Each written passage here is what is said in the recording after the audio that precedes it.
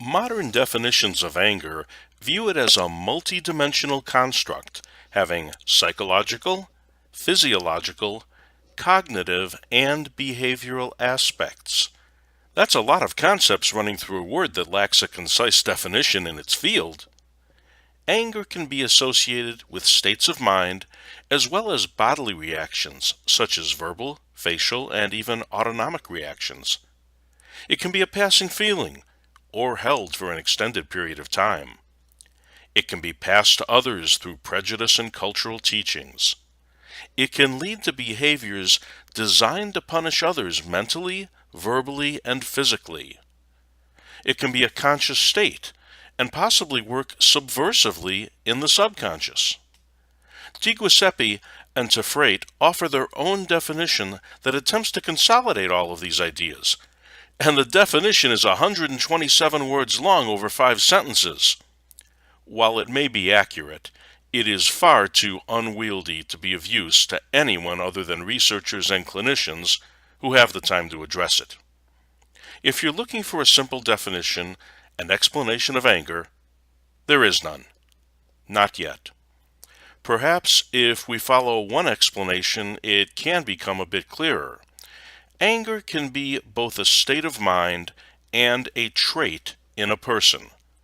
The state of anger refers to the emotional state a person feels. The trait of anger refers to the tendency to experience that emotion frequently and intensely. For example, an otherwise calm and rational employee may be verbally confronted and even verbally abused by a new supervisor. The employee may feel the confrontation and the abuse are totally uncalled for and may quickly develop feelings of anger toward the supervisor. This would be an example of an angry state of mind. On the other hand, the new supervisor may have a short temper and a history of making unfounded accusations as he believes it demonstrates control and superiority. The frequent and intense emotional outbursts toward employees exhibits anger as a trait, possibly a personality trait. Researcher C.D. Spielberger theorizes that people who score high on trait anger will experience that state more frequently and intensely, experience it over a wider range of stimuli, express anger in a more negative manner that shows they cope with it poorly, and, as a result of their trait anger, those people will have more dysfunction and negative consequences in their lives. Let's turn to aggression, in a passive manner, of course. Not all aggression is motivated by anger. Consider the aggression shown on the football field or hockey rink or in mixed martial arts tournaments. Anger would be a liability and interfere in the conscious and often planned maneuvers that are the result of practice and dedication to a sport. This can be called instrumental aggression, as it is aggression motivated by a desire to win or conquer another person and or their possessions. The defense in a football game covets the ball and aggressively seeks to strip it from the offensive players. Who is acting in the more offensive manner in that scenario?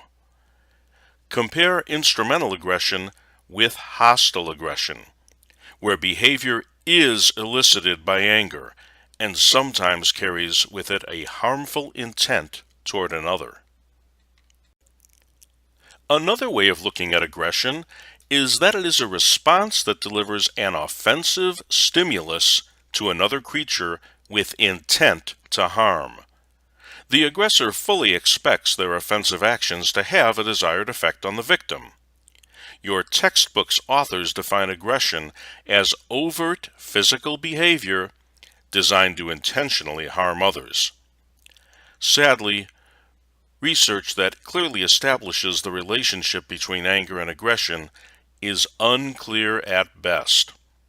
While wars are clearly major acts of instrumental aggression, the anger that underlies them can vary dramatically. The anger that may spark a war could come from a verbal slight between monarchs of different religions, or military acts against sovereignty. While we tend to think of aggression in physical terms, there is also verbal aggression, which is not as clear-cut as one might think. Verbal aggression must encompass the actions of the aggressor and the perceptions of the victim. For example, the obnoxious supervisor we considered earlier might make some very degrading comments about the work of a particular employee he dislikes. The comments may be perceived by the victim, an employee, as verbally aggressive. However, those same comments made toward a different employee might be shrugged off as not worth becoming upset over. Verbal aggression must take into account the mindset and the feelings of the victim, for without the feeling of offense or victimization, the verbal aggression fails to have its desired impact. The same words may cause a loud verbal confrontation with one employee, while another employee might laugh off the comments knowing they come from a fool. There can be no argument or aggression where the intended victim refuses to engage or even be bothered by the potential aggressor. Stated differently, any comment has the potential to be offensive and perceived as aggressive, if the listener deems it so. The term hostility is also sometimes interchanged with aggression, but the two are very different constructs. Hostility is more than anger that escalates toward aggression. Hostility encompasses multiple variables, including an attitude, behaviors, and the purposeful desire or intent to produce a specific effect upon another. Prejudice that leads to actions such as neo-Nazis marching in a group past a synagogue and yelling epithets at minorities along the way demonstrates intent to be hostile and even intimidating. One might even see individuals evincing hostility in an ongoing domestic violence dispute. The parties may hold deep resentment toward each other that spills out as hostility. Irritability is yet another term thrown into the mix of descriptors of anger and aggression. Within the DSM, irritability can be used to represent the constructs of anger, hostility, or aggression. It is a related symptom of several Axis I disorders, such as substance abuse, depression, anxiety, PTSD, schizophrenia, and disorders relating to conduct, eating, and even insomnia. Irritability is a possible symptom of neurological conditions such as delirium, dementia, and epilepsy and head trauma. Irritability is also associated with Axis II disorders such as antisocial and borderline personality disorders. Yet, for all of these diagnoses, irritability is neither necessary nor sufficient by itself to meet the criteria for a disorder.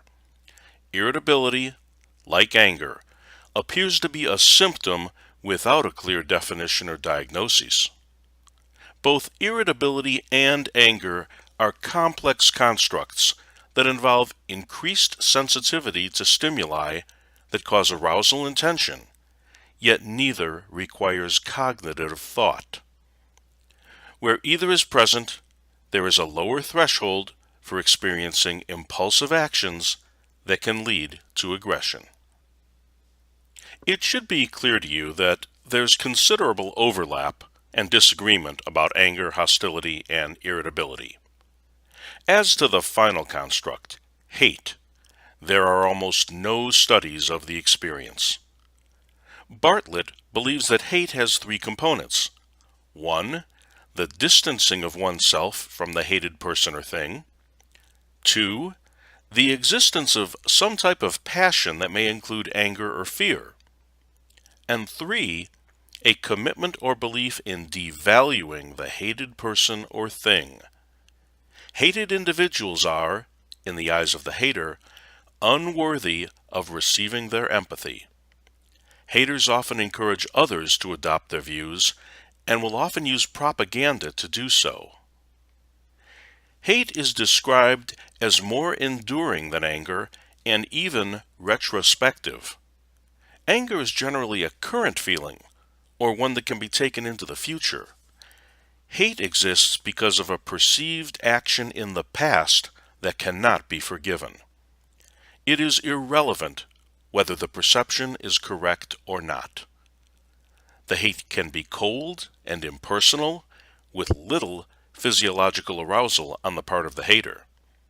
Where taken to an extreme, hate is the emotion of a terrorist, saboteur, vengeful killer, or stalker. As hate can exist from a distance from the target and result in low arousal, it can allow for planning of cold, precise, aggressive action. In summary, the textbook authors have designed the following definitions. Anger refers to a subjectively experienced emotional state that is elicited by a perception of threat. Aggression refers to a motor behavior enacted with the intent to do harm and an expectation that harm will occur. Hostility is the semi-permanent set of attitudes that can be either general or situational. Irritability is a physiological state characterized by a lower threshold for responding with anger or aggression to stimuli. Hate refers to an enduring negative effect of antagonism, with a strong desire to effect revenge or hurt on a perceived opponent, and without the physiological arousal normal to anger.